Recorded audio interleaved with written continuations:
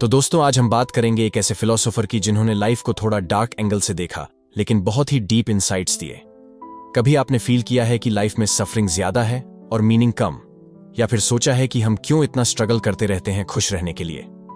आज के एपिसोड में we are going to dive into Arthur Schopenhauer की फिलॉसफी। हम देखेंगे कैसे उनकी सोच 18वीं सदी की होने के बावजूद आज के मिलेनियल और जेन जी लाइफ से जुड़ी हुई है। आर्थर शोपेनहावर एक जर्मन फिलोसोफर थे जिनके नाम से ही लोगों को एक्सट्रीम पेसिमिज्म याद आता है।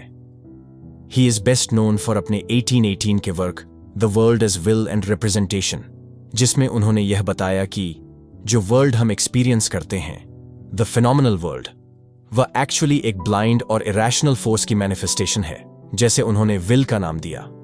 शोपेनहावर ने इमैनुअल कांट के आइडियाज से इंस्पायर्ड होकर अपना सिस्टम डेवलप किया, बट अपने टाइम के पॉपुलर जर्मन आइडियलिस्ट फिलोसोफर्स से बिल्कुल इंप्रेस नहीं थे।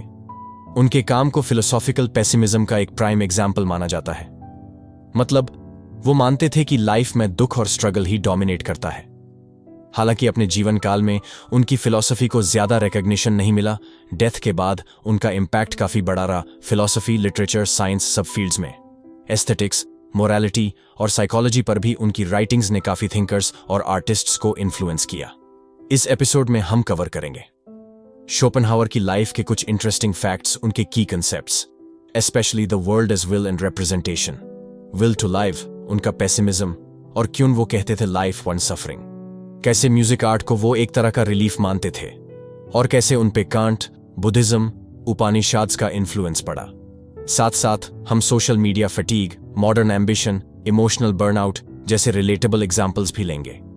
Sounds heavy but don't worry, हम थोड़ी मस्ती भी करेंगे। चलिए शुरू करते हैं शोपेनहावर की फिलॉसफी का सफर। सबसे पहले थोड़ा कॉन्टेक्स्ट। शोपेनहावर कौन थे? आर्थर शोपेनहावर जन्मे थे 1788 में डंजिग में एक वेल्थी मर्चेंट फैमिली में। उनके फादर ट्रेड में थे और मदर एक इंटेलेक्चुअल राइटर थी। यंग आर्थर ने काफी ट्रैवल किया यूरोप में जब वो बच्चे थे, and he learned multiple languages, French etcetera. उनकी अपब्रिंगिंग थोड़ी अलग थी। फादर चाहते थे कि आर्थर मर्चेंट बनी, पर आर्थर का इंटरेस्ट फिलॉसफी और आइडियाज में ज्यादा था। इवेंचुअली अपने फादर की डेथ के बाद उन्होंने एकेडेमिया में स्टेप रखा। उन्होंने अपना डॉक्टरल डिसर्टेशन लिखा on the fourfold root of the principle of sufficient reason. नाम भले ही कॉम्प्लिकेटेड है, जो उनकी लेटर फिलॉसफी का बेस बना। शोपेनहावर का पर्सनैलिटी थोड़ा एक्सेंट्रिक था।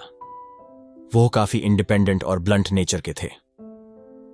इतना ब्लंट कि जब बर्लिन यूनिवर्सिटी में उन्होंने टीचिंग स्टार्ट की, तो उन्होंने अपना lecture timing famous philosopher Hegel के क्लास के सेम टाइम रख दिया। शायद सोचा होगा स्टूडेंट्स को खुद अट्रैक्ट कर लेंगे। Alas, Hegel was the star faculty और शोपेनहावर के लेक्चर्स ऑलमोस्ट खाली जाते थे। फाइनली फ्रस्ट्रेटेड होकर शोपेनहावर ने एकेडेमिया को बाय बाय कह दिया and lived off his inheritance, focusing on writing in solitude. So अगर आप कभी सोचो कि आपकी क्लास में कोई नहीं आता, remember even Schopenhauer faced empty classrooms. Total vibe check. He obviously wasn't the popular kid among philosophers of his time. एक और fun fact, Schopenhauer was a big time animal lover. उनके पास एक पेट पूडल डॉग था जिसका नाम उन्होंने अतमन रखा था। संस्कृत में अटमन का मतलब सोल या सेल्फ होता है। सो फिलोसोफर लेवल 9000 अपने डॉग को भी फिलोसॉफिकल नाम दे दिया। He was so fond of poodles that successive dogs को भी सेम नाम देते रहते थे। अटमन और एक और डॉग का नाम बुट्स भी था। ऑल्सो शोपेनहावर ने बहुत स्ट्रांगली फील किया that humans should be kind to animals. Actually, उन्होंने फिलोसोफर स्पिनोजा को क्रिटिसाइज किया था for thinking animals exist just for human us. तो दिल के एक कोने में, despite all उसका doom and gloom, Schopenhauer was a softie for his canine friends and spoke for animal welfare way ahead of his time. Intellectually, Schopenhauer was influenced by Immanuel Kant and ancient Greek ideas, Plato वगैरह। But सबसे unique बात यह थी कि he was among the first Western philosophers जिन्होंने eastern philosophy को seriously लाए। उनके स्टडी रूम में 2 स्टैच्यूज हमेशा रहते थे, एक बुद्धा का और एक कांट का। इमेजिन, एक तरफ जर्मन एनलाइटनमेंट के डैडी कांट और दूसरी तरफ प्रिंस सिद्धार्था, बुद्धा। यही कॉम्बिनेशन उनकी सोच में दिखता है। Rationality and analysis from Kant, plus spiritual insights from eastern philosophy. Later हम डिटेल में देखेंगे कैसे बुद्धिज्म और उपनिषद्स के कॉन्सेप्ट्स उनके आइडियाज में आए। अभी के लिए इतना याद रखिए कि आर्थर भाई साहब थोड़े अलग किस्म के फिलोसोफर थे, सॉलिटरी, थोड़े खदूस और काफी हॉनेस्ट, जिनको वेस्टर्न और ईस्टर्न विजडम दोनों में इंटरेस्ट था। अब हम आते हैं शोपेनहावर के सबसे इंपॉर्टेंट कॉन्सेप्ट पर, the world as will and representation. ये सिर्फ उनकी बुक का टाइटल ही नहीं बल्कि उनकी पूरी फिलॉसफी का थीम है। थोड़ा हैवी लगता है सुनने में, but let's break it down simple words में। शोपेनहावर कहते हैं कि दुनिया को हम दो तरह से समझ सकते हैं, रिप्रेजेंटेशन, वॉरस्टेलुंग, और विल। रिप्रेजेंटेशन को समझने के लिए आप एक एग्जाम्पल सोचिए। आप अपने फोन का कैमरा ऑन करके देख रहे हो, जो कुछ स्क्रीन पर दिख रहा है दैट्स एन इमेज, एक रिप्रेजेंटेशन ऑफ रियलिटी। लेकिन उसके पीछे हार्डवेयर, सॉफ्टवेयर और इलेक्ट्रिकल सिग्नल्स की एक रियलिटी चल रही है जो आपको सीधे नहीं दिखती। वैसे ही शोपेनहावर बोलते हैं कि जो वर्ल्ड हम देखते, सुनते, महसूस करते हैं वो अपीयरेंसेस का वर्ल्ड है। It's like a mental picture created in our mind. यही वर्ल्ड एज रिप्रेजेंटेशन है, यानी दुनिया जैसा हमें नजर आता है। हम चीजों को कॉज इफेक्ट, टाइम स्पेस के फ्रेमवर्क में देखते हैं अपने दिमाग की वजह से। एग्जाम्पल के लिए सोचो तुम एक बिजी सिटी स्ट्रीट देख रहे हो, कार्स, लॉग, बिल्डिंग्स, सब कुछ एक ऑर्डर्ड वे में दिख रहा है। कॉज एंड इफेक्ट चल रहा है, गाड़ियां चल रही हैं because driver press accelerator etcetera. ये हमारा माइंड का फिल्टर है जो रियलिटी को ऐसे प्रेजेंट करता है। कांट की फिलॉसफी से इंस्पायर्ड होके शोपेनहावर मानता है कि जो भी हम एक्सपीरियंस करते हैं it's filtered by our minds categories. In short, the world is my representation. मतलब दुनिया वैसे है जैसा मेरा माइंड उसको रिप्रेजेंट करता है। रियलिटी अपने आप में क्या है ये सीधा हम नहीं देख पाते। ये कॉन्सेप्ट थोड़ा सिमिलर लग रहा है ना वेदांतिक माया से? एग्जैक्टली। शोपेनहावर को भी उपनिषद्स पढ़ के ऐसा ही इंसाइट मिला था कि जो दिख रहा है वो अल्टीमेट रियलिटी नहीं है। अच्छा, अगर ये वर्ल्ड एज रिप्रेजेंटेशन हुआ, एक तरह का दिखावा या अपीयरेंस, तो एक्चुअल रियलिटी क्या है? यहां एंट्री होती है विल की। शोपेनहावर कहते हैं कि जो चीज in itself, thing in itself, can't के टर्म्स में है वो विल हा। नॉट विल एज इन किसी इंडिविजुअल का will power, but N underlying cosmic will. इस विल को आप एक ब्लाइंड, रेस्टलेस एनर्जी और फोर्स समझ लो जो हर जगह चली हुई है। इट्स लाइक एक भूख या प्यास जो कभी खत्म नहीं होती, an endless craving in the heart of existence. Schopenhauer बोलते हैं कि हर चीज, इंसान, जानवर, पेड़ पौधे, सब में यह विल का एक्सप्रेशन है। फॉर एग्जाम्पल, हम सब में जीने की इच्छा है, सर्वाइव करने की इच्छा। That is the will to live, विले जुम लेब। ये विल टू लिव इतना फंडामेंटल है कि कभी कभी लॉजिक को बाईपास करके भी हम सर्वाइवल के लिए फाइट करते हैं। सोचो, अगर आप स्विमिंग नहीं भी जानते फिर भी पानी में गिरने पे हाथ पांव मारोगे बचने के लिए। That's will to live kicking in instinctively. Animals में देखो, एक छोटी छिपकली भी अपनी जान बचाने के लिए कितनी तेजी से दौड़ती है। क्यों? क्योंकि एक अंधा विल टू लिव उसके अंदर है, driving it to avoid death. Life को सस्टेन रखने के पीछे यही फोर्स काम कर रही है। शोपेनहावर कहते हैं कि ह्यूमन बीइंग्स में यह विल और कॉम्प्लेक्स तरीके से दिखता है। हम सिर्फ सर्वाइव ही नहीं करना चाहते बल्कि और भी हजार डिजायर्स हैं। पैसा, फेम, लव, सक्सेस, इंस्टाग्राम पे followers, basically never ending wants. हम सोचते हैं ये सब हम कॉन्शियसली चाहते हैं, पर Schopenhauer hints that fundamentally it's that one will manifesting through us in different forms. Will is like gravity of our life. Her direction में खींचता रहता है हमें किसी न किसी डिजायर की तरफ। इमेजिन करो एक वीडियो गेम जहां NPCs, नॉन प्लेयर कैरेक्टर्स, किसी अनसीन प्रोग्रामिंग के अंडर एक्शंस ले रहे हैं। हम वो NPC हैं जिनको लगता है हम फ्री हैं, बट पीछे से एक विल की कोडिंग हमें ड्राइव कर रही है। थोड़ा साइफाई लग रहा है, पर एसेंशियली शोपेनहावर का कहना है realities inner nature is will and हमारी सारी एक्टिविटीज उसी का एक्सप्रेशन है। एक इंटरेस्टिंग बात वो पॉइंट आउट करते हैं, हम एक यूनिक पोजीशन में हैं समझने के लिए विल को, क्योंकि हम अपने अंदर उस विल को महसूस कर सकते हैं। फॉर इंस्टेंस, जब आपको भूख लगती है और आपको किचन की तरफ कुछ खाने के लिए खींच के ले जाती है ये फीलिंग, दैट्स विल। हमारी बॉडी और माइंड दोनों विल के इंस्ट्रूमेंट हैं। शोपेनहावर इवन सेज कि हमारा बॉडी भी विल का ऑब्जेक्टिफिकेशन है, जैसे मेरा हार्ट बीट करना, लंग्स का चलना भी इस विल टू लिव का ही एक्सप्रेशन है, विदाउट कॉन्शियस थॉट। सो एक लाइन में, the world as representation is what we see, the world as will is what it actually is from the inside. यहां तक सुना तो शायद आपको लग रहा होगा ठीक है, बट इसका रिजल्ट क्या है हमारी लाइफ के लिए? तो चलिए देखते हैं शोपेनहावर ने विल के नेचर के बेसिस पर लाइफ के बारे में क्या कंक्लूड किया। शोपेनहावर्स फिलॉसफी को अगर रिलेटेबल एंगल से समझें तो हम कह सकते हैं कि will to live, endless desires and cravings जो हम एक्सपीरियंस करते हैं। आपने नोटिस किया होगा अपनी लाइफ में, एक डिजायर पूरी होती है तो कुछ टाइम के लिए खुशी मिलती है, फिर जल्दी ही नई डिजायर जन्म ले लेती है। वी ऑलवेज वॉन्ट समथिंग, नए कपड़े, नए gadgets, better job, more salary, validation from people, 1000 likes on our post etcetera. ये साइकिल रुकती ही नहीं है। शोपेनहावर ने यही ऑब्जर्व किया और बोला कि ये जो विल टू लिव हम सब में है, ये हमें कंटिन्यूअली चेस करने पर मजबूर करता है। लाइफ बिकम्स लाइक भाग दौड़ after things, one after another. सोचो एक टिपिकल एम्बिशियस मिलेनियल का एग्जाम्पल। यू थिंक बस इस नेक्स्ट प्रमोशन के मिलते ही I will be satisfied. You grind, you hustle, promotion मिल भी गया, थोड़ी देर के लिए अच्छा लगता है, फिर क्या होता है? 2-4 महीने बाद यूर लाइक, यार अब नेक्स्ट पोजीशन या और ज्यादा पैकेज होता तो अच्छा रहता। फिर से रेस शुरू। In between you see on social media की कोई स्कूल फ्रेंड वर्ल्ड टूर पे निकला है और आप अपने क्यूबिकल में बैठे हो। अब एक नई इच्छा जन्म ले लेती है कि यार मुझे भी ऐसा चाहिए। Sound familiar? Schopenhauer would give a big nod hearing this. यही विल टू लिव का खेल है। इट इन्वेगल्स, यानी हमें फुसलाता है, into reproducing and surviving and acquiring too, ताकि लाइफ चलती रहे। विल का अल्टीमेट गोल है बस लाइफ को कंटिन्यू करते रहना, not your happiness. That's a की insight.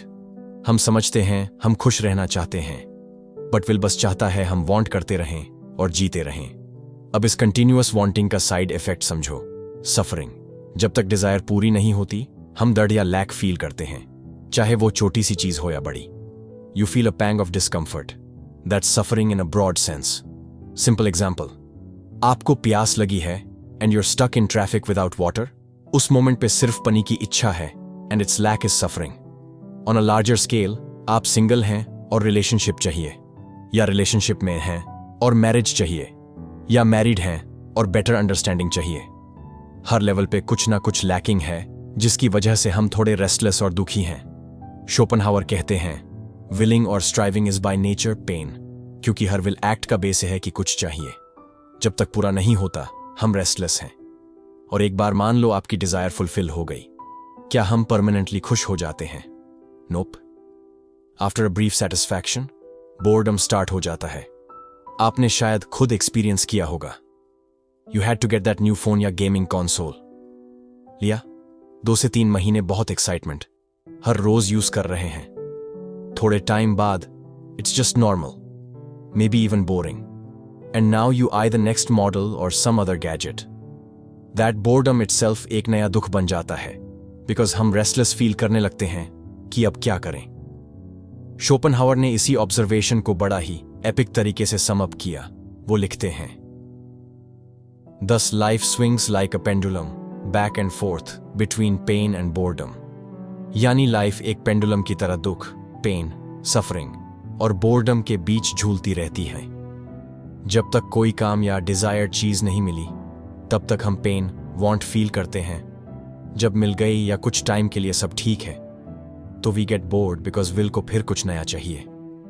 Dark but kind true, right?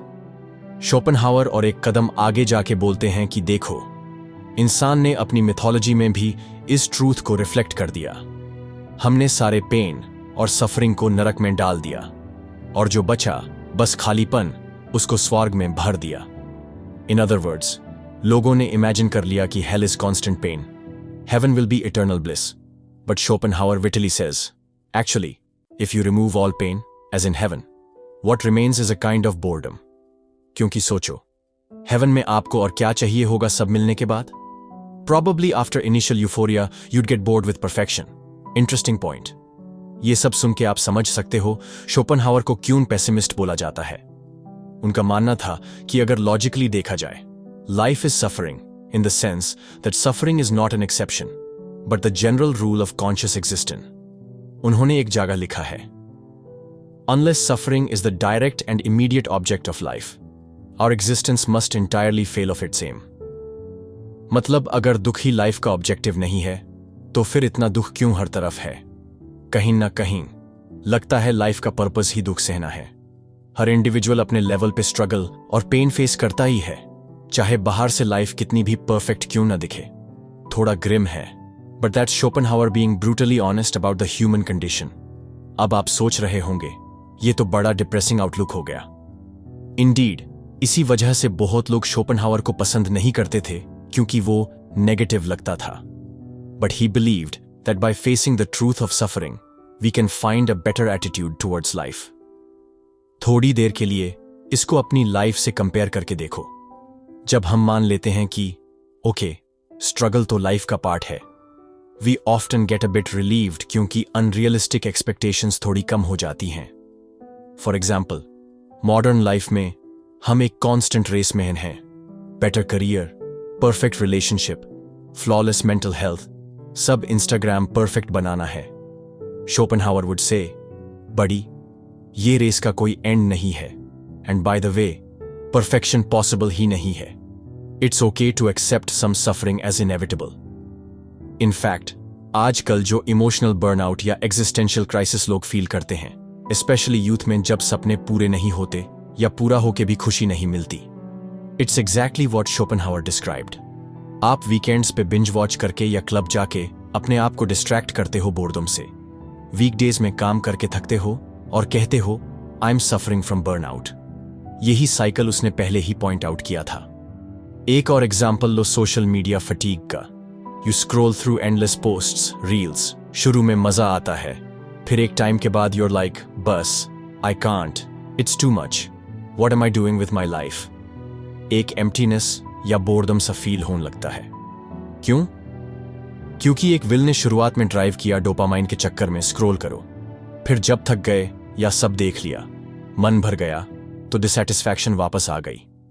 फिर शायद आप अपना फोन फेंक के कुछ और ढूंढते हो मन बहलाने को। Exactly pendulum swing. शोपेनहावर का कहना था कि जब तक हमारे अंदर यह इच्छाओं की मशीन चल रही है, हम सेटिस्फाइड नहीं रह सकते। यह विल हमें कभी आराम से बैठने नहीं देगा। प्रिटी एग्जिस्टेंशियल प्रॉब्लम है। सो इसका सोल्यूशन क्या हो सकता है? यह सब सुन के लग रहा होगा कि भाई साहब, अगर लाइफ इतनी दुखद है तो करे क्या? शोपेनहावर ने इस सवाल का भी जवाब ढूंढने की कोशिश की। उन्होंने कुछ एस्केप रूट्स प्रपोज किए, जिसे हम इस एंडलेस सफरिंग साइकिल से थोड़ी देर के लिए ही सही बाहर निकल सकते हैं। उनमें सबसे एक्सेसिबल और इंटरेस्टिंग सॉल्यूशन है art and aesthetic experience. Schopenhauer कहते हैं कि जब हम किसी खूबसूरत आर्ट में, म्यूजिक में, पोएट्री या नेचर की ब्यूटी में कंप्लीटली इमर्स हो जाते हैं, तो टेम्पोरेरीली हम अपने इंडिविजुअल विल और डिजायर्स को भूल जाते हैं। उस मोमेंट में हम सिर्फ ऑब्जर्व कर रहे होते हैं, बिना किसी मतलब के। फॉर एग्जाम्पल, मान लो आप अपनी फेवरेट म्यूजिक एल्बम लगा के हेडफोन्स पे सुन रहे हो। धीरे धीरे आपका ध्यान सारे झंझटों से हटके म्यूजिक के सुर और लिरिक्स में डूब जाता है। हो सकता है आप 15 से 20 मिनट के लिए अपने ईगो, अपने प्रॉब्लम्स, डेडलाइंस सब भूल जाओ। टाइम का भी होश नहीं रहता। खुद सोचो, ऐसा एक्सपीरियंस आपके साथ हुआ है कभी? Most likely yes. Maybe listening to A.R. Rahman या अरिजीत सिंह सोलफुल ट्रैक, और losing yourself in a painting और गेम। शोपेनहावर कहते, इस स्टेट को बोलो एस्थेटिक कॉन्टेम्पलेशन, जिसमें इंसान अपने आप को एक विललेस सब्जेक्ट की तरह फील करता है। सिर्फ एक दृष्टा, ऑब्जर्वर, जो चीजों को बिना अपनी इच्छा अटैच किए देख रहा है। ये एक तरह का मेंटल निर्वाणा मोमेंट है, जहां आपकी इंडिविजुअलिटी और उसकी सारी भूख फॉर सम टाइम सस्पेंड हो जाती है। इस एस्थेटिक एक्सपीरियंस में क्या होता है? One is no longer an individual who suffers, but a pure, will-less, painless, timeless subject of knowledge. ये डायरेक्ट क्वोट है शोपेनहावर। यानी आप एकदम शांत ऑब्जर्वर बन जाते हो, बिना किसी दर्द या डिजायर के, एज इफ टाइम रुक गया है उस पल। इतना बड़ा क्लेम सुन के लगता है ये बंदा कोल्डप्ले की कॉन्सर्ट पे गया होगा। जोक्स अपार्ट, उसका पॉइंट ये है कि art has the power to lift us beyond ourselves. आप एक पेंटिंग देख रहे हो तो उसमें खो जाओ, अच्छी पोएट्री पढ़ रहे हो तो दुनिया भुला दो। Those moments give relief from the tyranny of the will. Art forms में सबसे ज्यादा शोपेनहावर जिस चीज को वैल्यू करता था, that is music. According to him, music is the highest form of art क्योंकि ये सीधा विल को ही एक्सप्रेस करती है बिना किसी रिप्रेजेंटेशन। मतलब पेंटिंग और लिटरेचर तो स्टिल रिप्रेजेंटेशन ऑफ आइडियाज और ऑब्जेक्ट्स हैं, like copy of the world's forms, पर म्यूजिक एकदम डायरेक्ट दिल को लगती है। सो म्यूजिक को सुन के जो हम फील करते हैं, emotions without obvious reason, that is because music हमें विल की एक डायरेक्ट लैंग्वेज सुनाती है। इसलिए आप नोटिस करो, बिना लिरिक्स की म्यूजिक भी हमारे मूड को इम्पैक्ट कर देती है क्योंकि it speaks to that inner will emotion. Schopenhauer लिखते हैं, music expresses the quintessence of life and its events. It's like a universal language जिसे सुन के किसी को भी कुछ ना कुछ फील हो सकता है। For him, listening to Mozart और Beethoven was almost a spiritual experience जहां कुछ देर के लिए लाइफ की ट्रेजेडी भूल सकते हैं। ये एस्थेटिक सेल्वेशन एक टेम्पररी रेस्क्यू है। It's not a permanent solution of course, क्योंकि गाना खत्म होने के बाद या म्यूजियम से बाहर निकलते ही फिर से आपकी इच्छाएं लाइन से खड़ी हो जाएंगी दिमाग में। बट शोपेनहावर स्ट्रांगली बिलीव्ड कि यह ब्रेक लेना भी बहुत मीनिंगफुल है। It gives us a glimpse of peace and also insight that hey, ये पॉसिबल है to be will less for a while. Actually यही से कुछ लोगों को रास्ता मिलता है towards a more permanent solution, जैसे मंक्स, सेंट्स जो डिजायर को ही रिनाउंस, त्याग ना कर देते हैं। शोपेनहावर का अल्टीमेट सोल्यूशन लॉन्ग टर्म के लिए था डिनायल ऑफ द विल, अपनी इच्छाओं को धीरे धीरे क्वाइट करना through asceticism, simple living, high thinking type. इसमें he was again inspired by eastern philosophy, जैसे बुद्धिस्ट मंक्स निर्वाणा के लिए डिजायर्स का डिसोल्यूशन करते हैं। He admired those who practice celibacy, fasting, simplicity to overcome the will's demands. पर यह सब ऑब्वियसली आम आदमी के लिए मुश्किल चीजें हैं। It's like expecting everyone to become a sadhu. So practical level पे शोपेनहावर सजेस्ट्स जो हम कर सकते हैं वो है आर्ट का सहारा लेना, और दूसरा एक चीज और कंपैशन का डेवलपमेंट। इसके बारे में नेक्स्ट सेक्शन में। अगर लाइफ की दुखती नब्ज, सफरिंग का टेम्परेरी इलाज चाहिए, शोपेनहावर के प्रिस्क्रिप्शन में लिखा है, take a hefty dose of Mozart, एक अच्छी सनसेट की साइट और थोड़ा शेक्सपियर पढ़ लो। In modern terms, go on a trek in nature, listen to lo-fi music on a rainy day, watch a mind-blowing film, whatever makes you forget yourself for a while. ये कोई escapism नहीं है, बल्कि एक higher consciousness का taste है जो हमें दिखाता है कि लाइफ सिर्फ इच्छा पूरी करने का नाम नहीं, बल्कि इसमें an appreciation and pure experience भी है। And maybe, just maybe, those moments will inspire us to reduce our attachment to endless desires. इतना सब सुन के आपको लग रहा होगा शोपेनहावर सिर्फ डिप्रेशन ही बेच रहे थे, बट इंटरेस्टिंगली उनकी फिलॉसफी में एक पॉजिटिव एंगल भी है, the idea of compassion, Daya and ethics. Schopenhauer believed कि जब हम समझ जाते हैं कि सब लोग सफरिंग से गुजार रहे हैं क्योंकि सभी एक विल की डोर से बंधे हैं, अ काइंड ऑफ कनेक्टेडनेस फील होती है। He said that true morality का बेसिस कंपैशन ही है, दूसरे के दर्द को महसूस का। एक्चुअली क्योंकि शोपेनहावर को लगा कि एक ही विल सब में कॉमन है, तो theoretically we are all one at the core. अगर सब एक ही कॉस्मिक विल के एक्सप्रेशंस हैं, तो सबका दर्द एसेंशियली एक सोर्स से आ रहा है। इस रियलाइजेशन से एक इंडिविजुअल के अंदर दूसरों के लिए सहानुभूति, सिंपैथी पैदा होती है। शोपेनहावर के वर्ड्स में, the altruist experiences the sufferings of others as his own. Compassion is thus the basis of morality. ये थॉट उस ज़माने के काफी फिलोसोफर्स से अलग थी, जहां लोग रीजन या ड्यूटी को मोरालिटी का बेस मानते थे। शोपेनहावर ने बोला नहीं, हमदर्दी, एम्पैथी ही मोरल एक्शन को ड्राइव कर सकती है, और वो खुद इसका एग्जाम्पल अपनी लाइफ में भी थे टू एन एक्सटेंट। जैसे हम पहले बात कर चुके, ही केयर्ड फॉर एनिमल्स वेलफेयर। उस टाइम बहुत से thinkers, even Descartes, Spinoza, animals को इंसान के लिए ऑब्जेक्ट्स की तरह ट्रीट करते थे, बट शोपेनहावर उन पे चिल्ला पड़े कि एनिमल्स कैन फील पेन, उनके साथ अच्छा सुलूक करो। This was pretty progressive in 19th century. He even donated to animal welfare organizations. Humans के कॉन्टेक्स्ट में भी वो कहते थे कि हम अगर दूसरे की सफरिंग को अपनी जैसी देखें तो हम नेचुरल ही हेल्प करेंगे एंड अवॉइड कॉजिंग हार्म। इस कंपैशन एंगल का कनेक्शन बुद्धिज्म से बहुत मिलता जुलता है। बुद्धिज्म भी कहता है सब में एक ही नेचर है of suffering and compassion for all beings is की मेटा, करुणा। शोपेनहावर लिटरली बुद्धा को अपना स्पिरिचुअल हीरो मानते थे। उन्होंने लिखा है कि बुद्धा के ट्रूथ्स और मेरी विल की थ्योरी का स्ट्रक्चर काफी सिमिलर है। इनफैक्ट उनके अकॉर्डिंग बुद्धा के 4 नोबल ट्रूथ्स में से 3, लाइफ इज सफरिंग, सफरिंग का कॉज डिजायर है, डिजायर मिटाने से सफरिंग मिट जाएगी, डायरेक्टली मिरर करते हैं शोपेनहावर की फिलॉसफी। जब वो ये सब लिख रहे थे यूरोप में, बहुत कम लोगों को बुद्धिज्म उपनिषद्स का पता था। He was really ahead of the curve in importing these ideas. उन्होंने उपनिषद्स का एक पर्शियन टू लैटिन ट्रांसलेशन पढ़ा था। उस समय डायरेक्ट संस्कृत से ट्रांसलेट अवेलेबल नहीं थे इजीली, और इतना इंप्रेस हुए कि उन्होंने उपनिषद्स को the product of the highest human wisdom, एक कोट जो बहुत फेमस है शोपेनहावर का, The Upanishads are the most elevating reading in the world. It has been the solace of my life and will be the solace of my death. मतलब जब भी उनको western philosophy से बोरे हो जाते थे, उपनिषद्स का 1-2 पेज पढ़ के लाइफ का एसेंस समझ लेते थे। Such high praise means Schopenhauer found a kind of deep truth in Eastern thought that resonated with his own conclusions about life, the self, and renunciation. So, एक तरह से शोपेनहावर का फिलॉसफी ईस्ट वेस्ट का fusion था।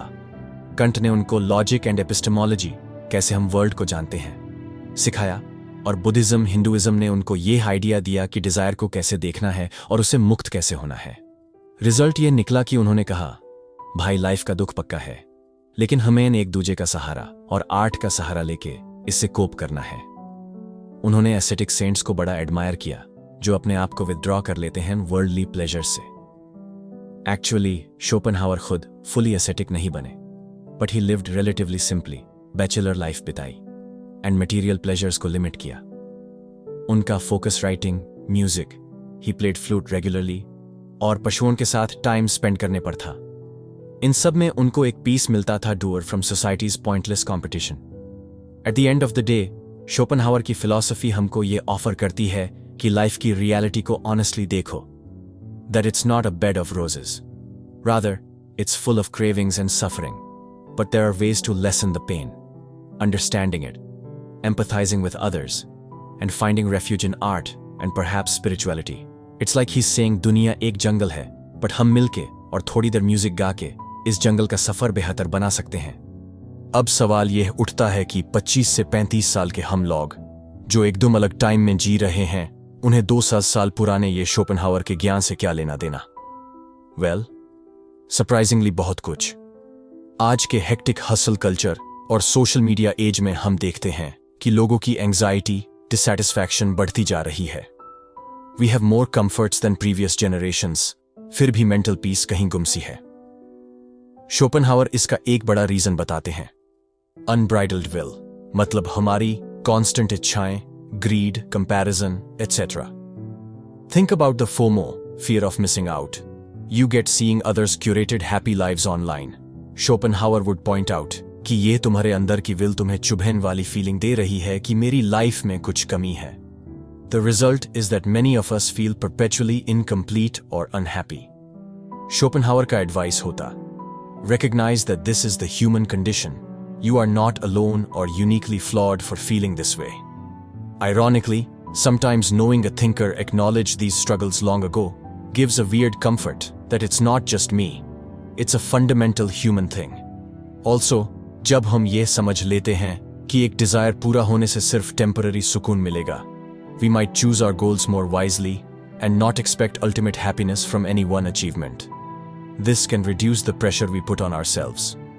For instance, कोई corporate job मिलने को या शादी हो जाने को या 1 करोड़ कमाने को अगर आप लाइफ का एंड ऑल बे ऑल मान के चल रहे थे, शोपेनहावर आपके कंधे पे हाथ रख के कहते, बढ़ता फॉर एक्सपेक्टेशंस थोड़ा लोअर कर ले। खुश रहना है तो ये मान कि जब एक माइलस्टोन अचीव होगा तो कुछ टाइम बाद तेरा मन फिर रेस्टलेस हो जाएगा। It's normal. So don't be disillusioned, instead try to cultivate things that give peace beyond these cravings. That could mean spending more time in creative hobbies, nature, music, जो भी आपको एस्थेटिक प्लेजर देता है without feeding into new desires. आज हम इसको mental health practice की तरह देख सकते हैं, like taking breaks for art, mindfulness, etcetera, which aligns perfectly with Schopenhauer's idea of aesthetic respite. Finally, Schopenhauer हमें एक एम्पैथी का पर्सपेक्टिव भी देता है। जब भी हम किसी से इरिटेट होते हैं या जेलसी फील करते हैं, try a dose of Schopenhauerian compassion. सोचो कि फ्रंट में जो व्यक्ति है वो भी अपनी अनडाइंग विल के हाथों थोड़ा परेशान ही है, just like you. Maybe that person is also suffering in some way. इससे थोड़ा गुस्सा शांत हो जाएगा और हम दूसरे को ह्यूमनाइज कर सकते हैं। It's almost like a philosophical basis for practicing kindness. We are all in the same boat of wanting and suffering. To wrap up, Arthur Schopenhauer की फिलॉसफी एक मिक्स्ड वाइब है, थोड़ी बिटर है टेस्ट में, क्योंकि सच बोलता है लाइफ के स्ट्रगल्स के बारे में, लेकिन एक डोज ऑफ शुगर भी है उसमें, थ्रू आर्ट, ब्यूटी, कंपैशन। उसका ये पेसिमिज्म हमें डिस्करेज करने के लिए नहीं, बल्कि रियलिटी चेक देने के लिए था, ताकि हम फॉल्स होप की जगह रियलिस्टिक पीस ढूंढ पाए। जाते जाते एक और शोपेनहावर का क्वोट याद आ गया, the life of every individual viewed as a whole and in general is really a tragedy, but gone through in detail it has the character of a comedy। यानी पूरी लाइफ को अगर एक साथ देखो तो एक ट्रेजेडी जैसी है। बर्थ से लेकर डेथ तक सबका एंड है, पर डे टू डे छोटी छोटी चीजों में काफी कॉमेडी चल रही है। हम कितने absurd तरीके से बिहेव करते हैं, small wins, fails, ironies. So maybe he is nudging us to not take ourselves too seriously either. Life के ड्रामा को एक थोड़ा कॉमिक लेंस से देख लो कभी कभी, and you'll cope better. Schopenhauer की टीचिंग से ये समझ आता है कि दुखी फील करना ह्यूमन नेचर का पार्ट है, पर उस दुख को समझ के हम अपने लिए और दूसरों के लिए ज्यादा अच्छे इंसान बन सकते हैं। अगर हम अपनी एक्सपेक्टेशंस, डिजायर्स और रियलिटी को थोड़ा ऑब्जेक्टिवली देखें, तो शायद हम अनरियलिस्टिक चेस को थोड़ा कम करके आर्ट, म्यूजिक, रिलेशनशिप्स और कंपैशन में लाइफ का मीनिंग ढूंढ सकें। सो नेक्स्ट टाइम आप संडे रात को एग्जिस्टेंशियल ड्रेड फील कर रहे हो या लाइफ की रेस से थक गए हो, एक बार शोपेनहावर को याद कर लेना। हो सकता है उसकी फिलॉसफी से आपको थोड़ी क्लैरिटी मिले, या कम से कम यह एहसास कि यह सब फील करना नॉर्मल है, पुराने जमाने से लोग सोच रहे हैं इसके बारे में। इस नोट के साथ हम अपना एपिसोड यही समाप्त करते हैं। आई होप ये शोपेनहावर का ज्ञान आपको इंट्रीगिंग लगा। थोड़ा हैवी जरूर है, पर कभी कभी लाइफ के टफ क्वेश्चंस को कन्फ्रंट करना भी जरूरी है, एंड फिलोसोफर्स हमारी इस जर्नी में अच्छे गाइड्स हो सकते हैं। थैंक यू दोस्तों for listening till the end. अगले एपिसोड में हम किसी और इंटरेस्टिंग थिंकर या टॉपिक को लेके आएंगे। तब तक अपना ख्याल रखो, डिजायर को थोड़ा आराम दो, और कभी कभी अरिजीत सिंह के गाने सुन के विल लेस मोड में चले जाओ। Happy reflecting and see you next time.